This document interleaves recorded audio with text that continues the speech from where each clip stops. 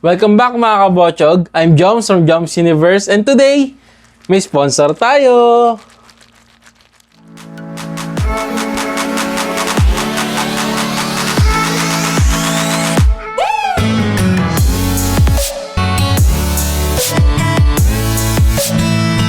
Welcome back mga kabochog. So kagaya sabi ko kanina, sa video to, may sponsor tayo. Yan, so for the first time, thank you po sa nag-sponsor. And so thank you po sa lahat ng mga subscribers, sa lahat ng viewers sa pagsuporta sa atin.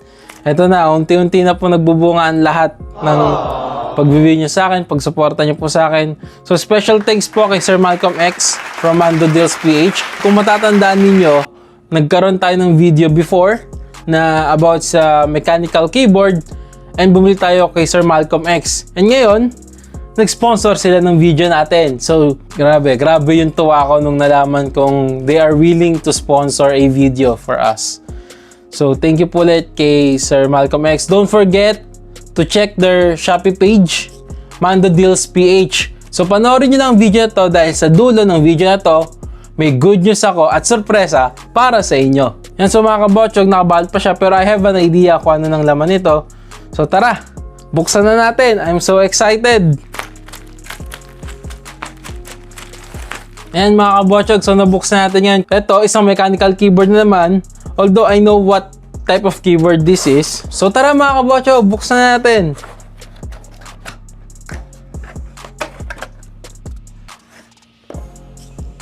Wow, may note sila dito. Wow. May note sila. Ang nakalagay dito. Ayan. Meron na silang note. Ayan, so babasahin ko na lang.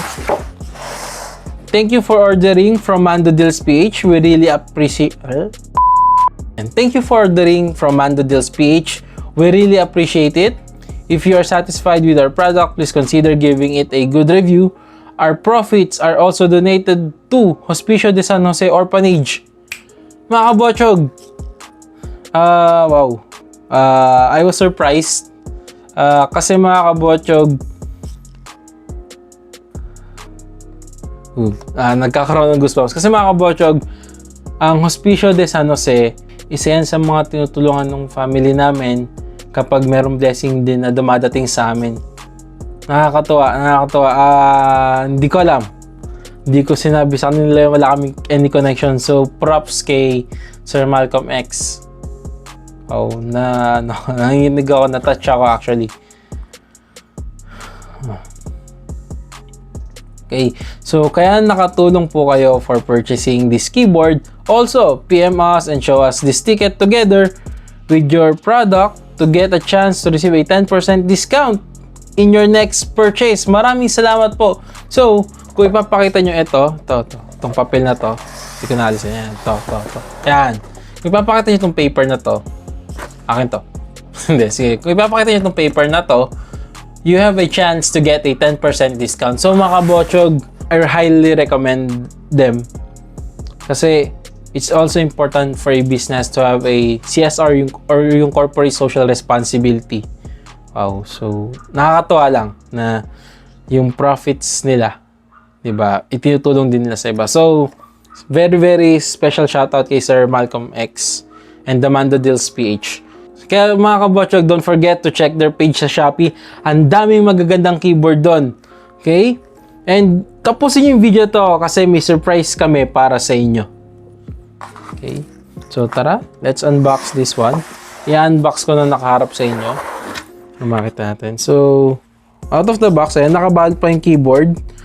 Meron siyang model number. And this one comes with the instruction. Wow. Very nice. Mga kabochog, baka nagtataka, anong keyboard ba yan? It's the same keyboard that we've got before. However, there's a difference. Okay, tara. Buksan na natin.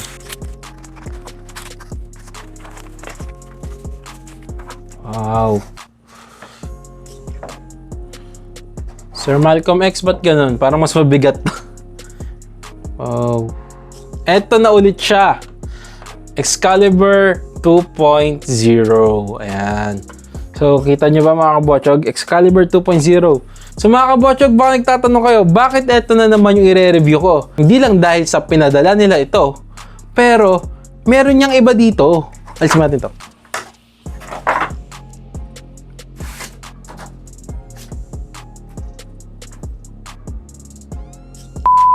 And so, ano nga bang kakaiba dito? So mga kabotsog, papakita ko sa inyo ha. Magtatanggal lang ako ng keycaps. And don't forget our keycap remover.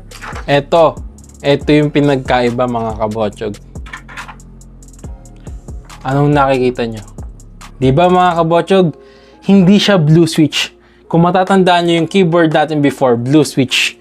This keyboard is a red switch keyboard. So sa video ito, i-compare natin pinagkaiba ng red at ng blue na keyboard switch. Okay? Yan. So, wow. Actually, pag-click mo pa lang, iba na. Ano mapapansin yung mga kabotsog? Hindi siya ganun kaingay. Sige, so, kunin ko yung keyboard natin nung nakaraan. Yan sa mga kabotsog, ito yung dati nating blue switch na keyboard.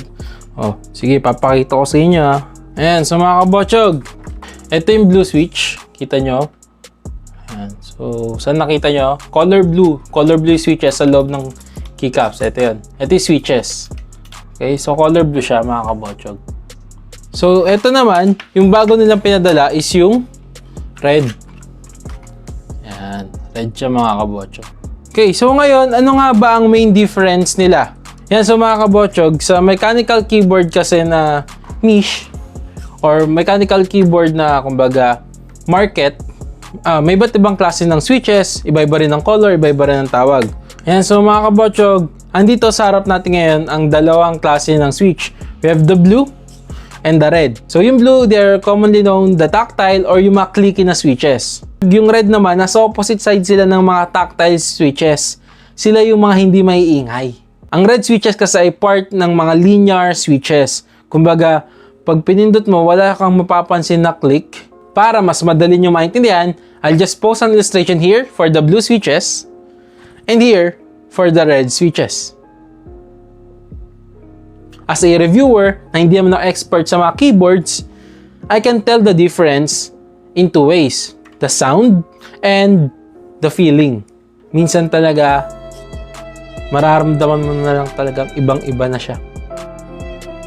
So, paanong sa sounds and paanong sa feel? So, mga kabotsog, para para maparinig ko sa inyo ang pinagkaiba niya sa sounds, eto yon. Naririnig niyo ba? Ingay, di ba mga kabotsog? Yan yung tactile or yung clicky na sound. Yan yun. So, ganun siya ka-loud. Ngayon naman, etong red naman na linear switches.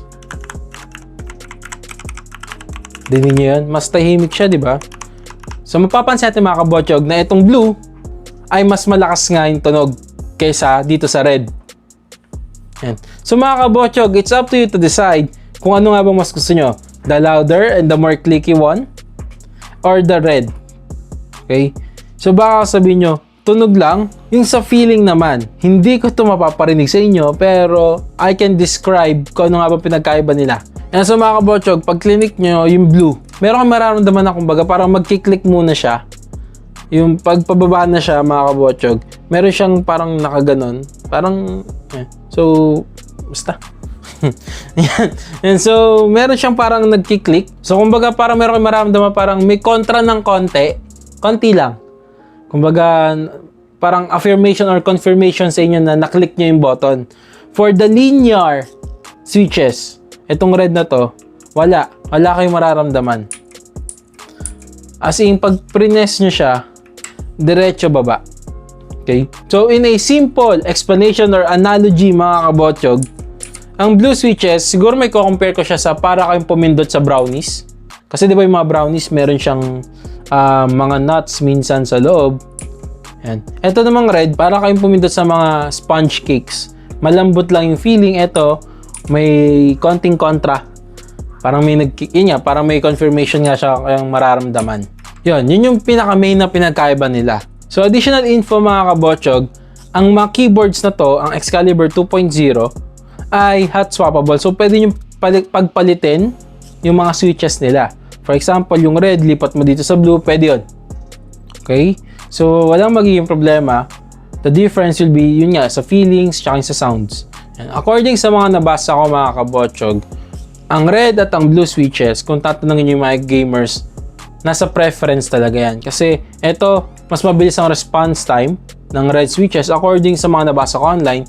Sa blue kasi may konting delay lang naman, konti lang, pero hindi mo na siya mapapansin sa laro. And speaking of games, why not i-test natin tong dalawa to sa games? Today, tara. So mga kabotsyog, i-test natin yung difference nila sa games, kung ano yung pinagkaiba sa feelings. I'll be playing Jump Force kasi more on sa keyboard yung controls niya.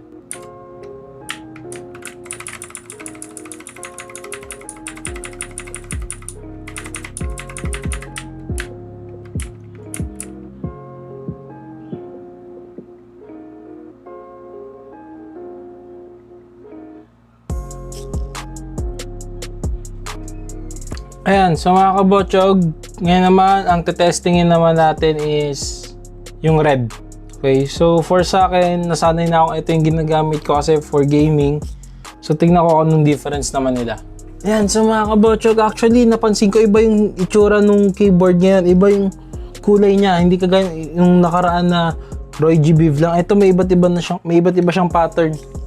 Ayan mga kabotsyog, I hope nakikita nyo. Diba? Hindi na siya yung Roy G. Biv mula lang sa taas, hindi lang siya rainbow.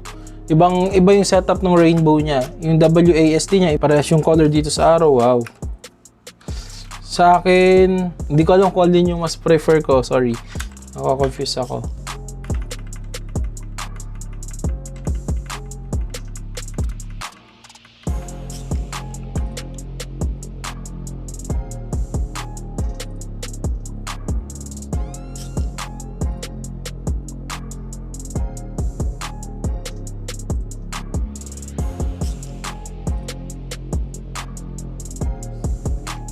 Yan sa mga kabotsyog, natapos natin i-test yung dalawa. Sa games, hindi ko sure kung alin yung pipiliin ko kasi ito, meron kang confirmation na pindot mo siya. Ito wala, pero mas mabilis yung response niya. Ramdam ko lang mga kabotsyog. But for me, kung gusto nyo ng may nararamdaman yung confirmation, so napipindot yung button, ito. Kung gusto nyo tahimik lang talaga, dito kayo sa red. Okay? So mga kabotsyog, hindi pa dito nagtatapos ng video dahil since tahimik siya, napaisip ako, ba't kaya hindi natin i-customize to na parang isang ninja? Okay? So, itatabi natin itong blue switch na keyboard and i-customize natin itong red switch na keyboard. Okay? Tara mga kabotsyog, i-customize na natin to.